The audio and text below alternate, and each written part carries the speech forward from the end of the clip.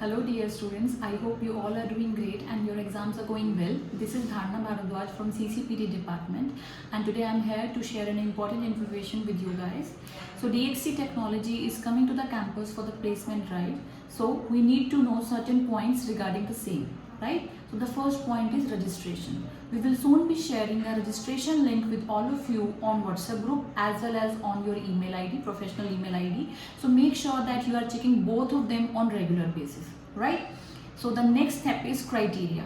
Now to sit in the drive, you need to have certain criteria. The first one is that minimum 60% is required in your 10th, 12th and as well as in your graduation.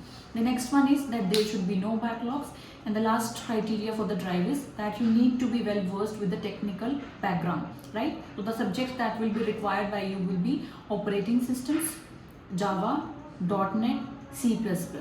Okay, now the next and most important thing is test process, right? The test process in itself is divided into 3 pointers or 3 categories. The first step would be an online test which will be conducted through MCAT, which will be of 100 minutes, and it will include questions from your verbal ability part, logical reasoning, quantitative aptitude and as well as technical questions. Once you clear this round, the next round will be technical interview.